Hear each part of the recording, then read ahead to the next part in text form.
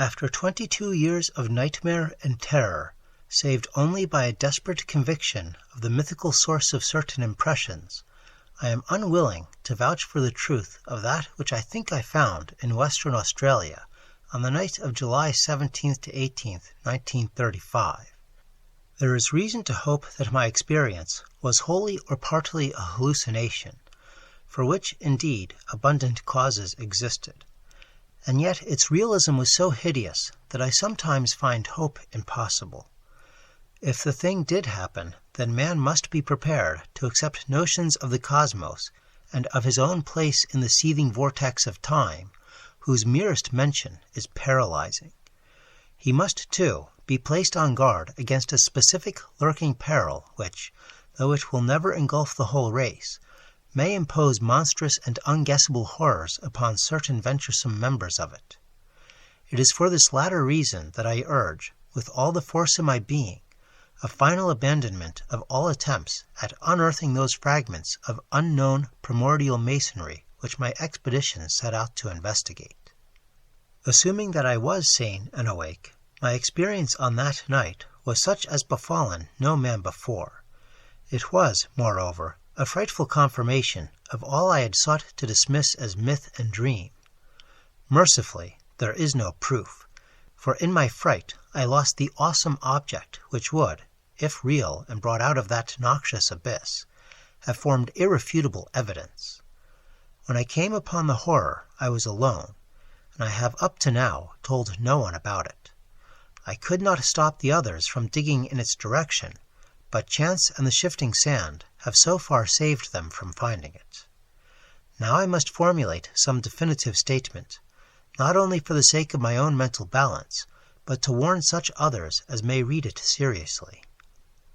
These pages, much in whose earlier parts will be familiar to close readers of the general and scientific press, are written in the cabin of the ship that is bringing me home. I shall give them to my son, Professor Wingate Peaslee of Miskatonic University, the only member of my family who stuck to me after my queer amnesia of long ago, and the man best informed on the inner facts of my case.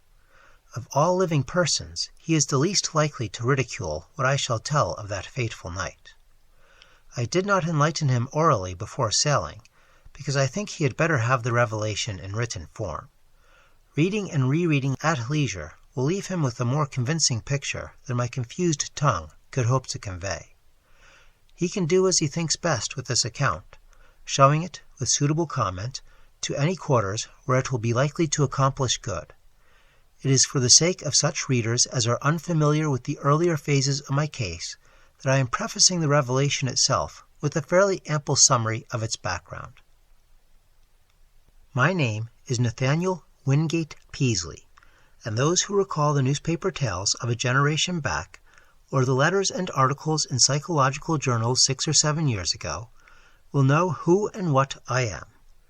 The press was filled with the details of my strange amnesia in 1908 to 1913, and much was made of the traditions of horror, madness, and witchcraft which lurk behind the ancient Massachusetts town, then and now forming my place of residence.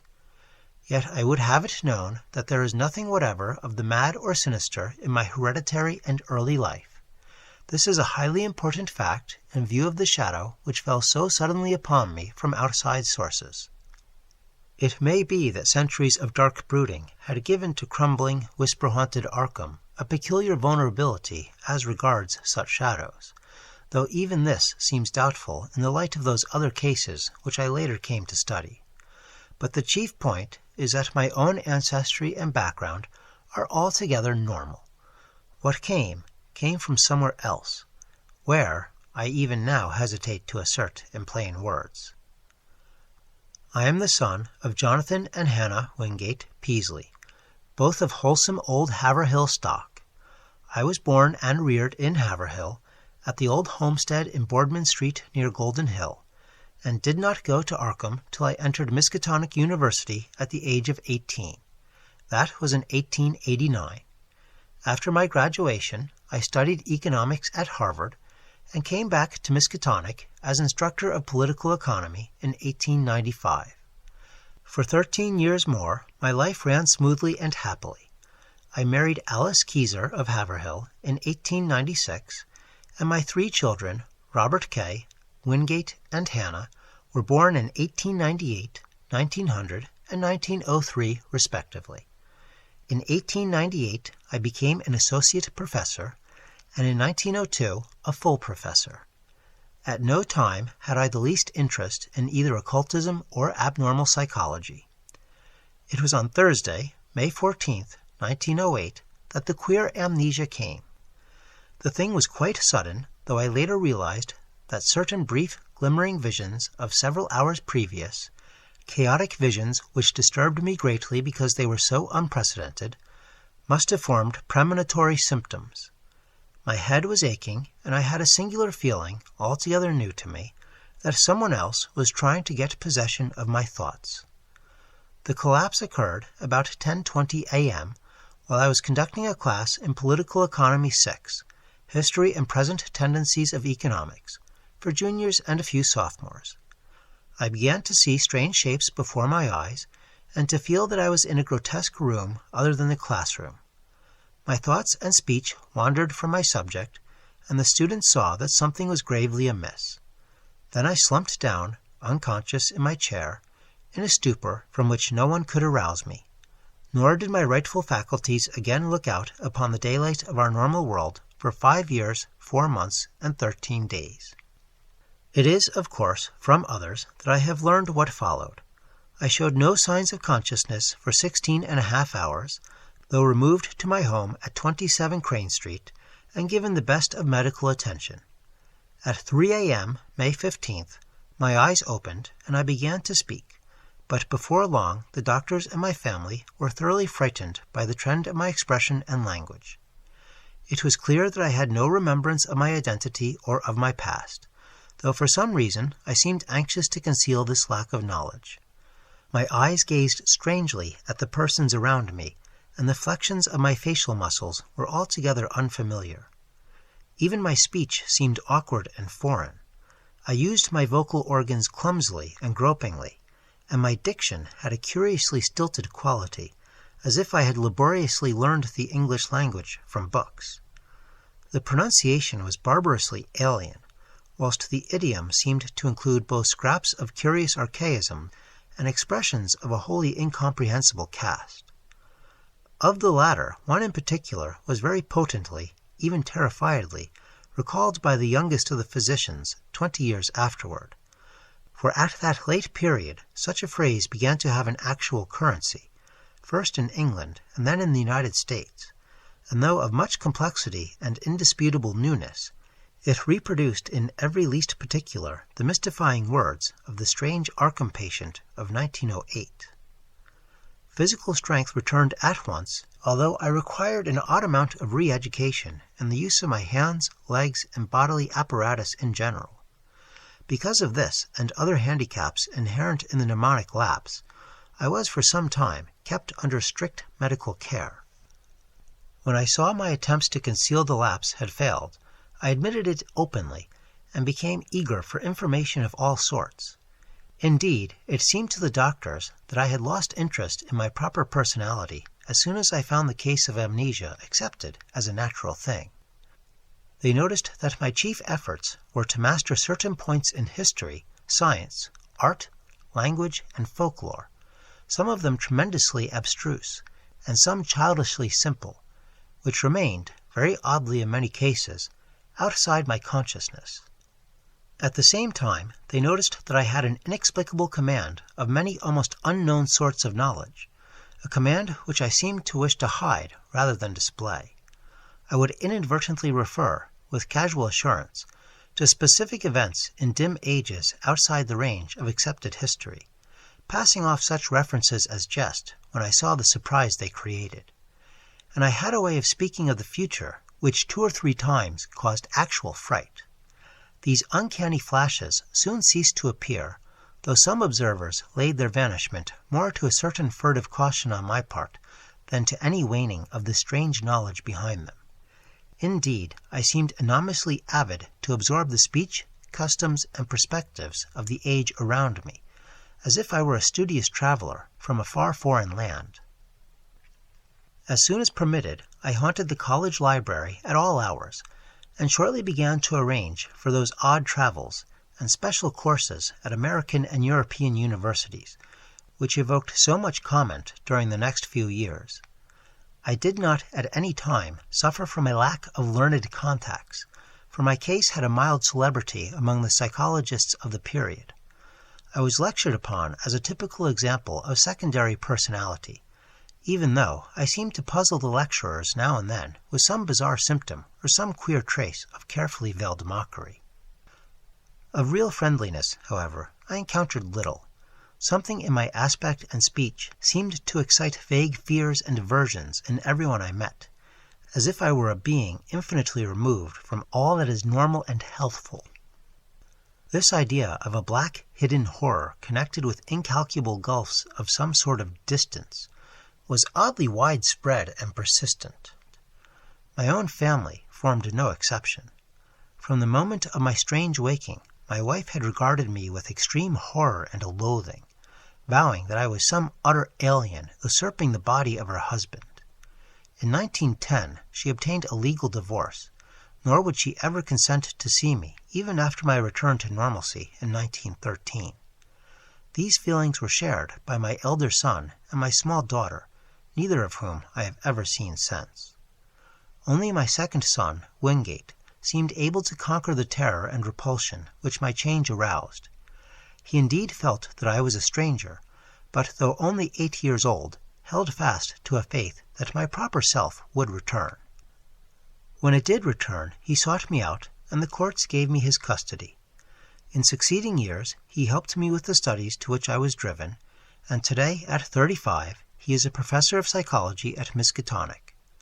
But I do not wonder at the horror I caused, for certainly the mind, voice, and facial expressions of the being that awaked on May 15, 1908, were not those of Nathaniel Wingate Peaslee. I will not attempt to tell much of my life from 1908 to 1913, since readers may glean all of the outward essentials, as I largely had to do, from files of old newspapers and scientific journals. I was given charge of my funds and spent them slowly and on the whole wisely, in travel and in study at various centers of learning. My travels, however, were singular in the extreme, involving long visits to remote and desolate places. In 1909, I spent a month in the Himalayas, and in 1911 aroused much attention through a camel trip into the unknown deserts of Arabia. What happened on those journeys I have never been able to learn. During the summer of 1912, I chartered a ship and sailed in the Arctic north of Spitzbergen, afterward showing signs of disappointment. Later in that year, I spent weeks alone beyond the limits of previous or subsequent exploration in the vast limestone cavern systems of western Virginia, black labyrinths so complex that no retracing of my steps could even be considered. My sojourns at the universities were marked by abnormally rapid assimilation, as if the secondary personality had an intelligence enormously superior to my own. I found also that my rate of reading and solitary study was phenomenal. I could master every detail of a book merely by glancing over it as fast as I could turn the leaves, while my skill at interpreting complex figures in an instant was veritably awesome. At times, there appeared almost ugly reports of my power to influence the thoughts and acts of others, though I seemed to have taken care to minimize display of this faculty. Other ugly reports concerned my intimacy with leaders of occultist groups and scholars suspected of connection with nameless bands of abhorrent elder-world Aerophants. These rumors, though never proved at the time, were doubtless stimulated by the known tenor of some of my reading, for the consultation of rare books at libraries cannot be effected secretly. There is tangible proof, in the form of marginal notes, that I went minutely through such things as Comte de Lay's Culte des Ghouls, Ludwig Prinz Die Vermis Mysteris, the Unaussprechlichen Kulten of von Junst, the surviving fragments of the puzzling Book of Ibn, and the dreaded Necronomicon of the mad Arab Abdul al-Hazred. Then, too, it is undeniable that a fresh and evil wave of underground cult activity set in about the time of my odd mutation. In the summer of 1913, I began to display signs of ennui and flagging interest, and to hint to various associates that a change might soon be expected in me. I spoke of returning memories of my earlier life, though most auditors judged me insincere, since all the recollections I gave were casual, and such as might have been learned from my old private papers. About the middle of August, I returned to Arkham and reopened my long-closed house in Crane Street. Here I installed a mechanism of the most curious aspect, constructed piecemeal by different makers of scientific apparatus in Europe and America, and guarded carefully from the sight of anyone intelligent enough to analyze it. Those who did see it, a workman, a servant, and the new housekeeper, say that it was a queer mixture of rods, wheels, and mirrors, though only about 2 feet tall, 1 foot wide, and 1 foot thick. The central mirror was circular and convex. All this is borne out by such makers of parts as can be located. On the evening of Friday, September 26th, I dismissed the housekeeper and the maid till noon of the next day. Lights burned in the house till late, and a lean, dark, curiously foreign-looking man called in an automobile. It was about 1 a.m. that the lights were last seen. At 2:15 a.m. a policeman observed the place in darkness, but with the stranger's motor still at the curb. By 4 o'clock the motor was certainly gone. It was at 6 that a hesitant, foreign voice on the telephone asked Dr. Wilson to call at my house and bring me out of a peculiar faint. This call, a long-distance one, was later traced to a public booth in the North Station in Boston, but no sign of the lean foreigner was ever unearthed. When the doctor reached my house, he found me unconscious in the sitting room, in an easy-chair with a table drawn up before it. On the polished tabletop were scratches showing where some heavy object had rested. The queer machine was gone, nor was anything afterward heard of it. Undoubtedly, the dark, lean foreigner had taken it away. In the library grate were abundant ashes evidently left from the burning of every remaining scrap of paper on which I had written since the advent of the amnesia. Dr. Wilson found my breathing very peculiar, but after a hypodermic injection it became more regular.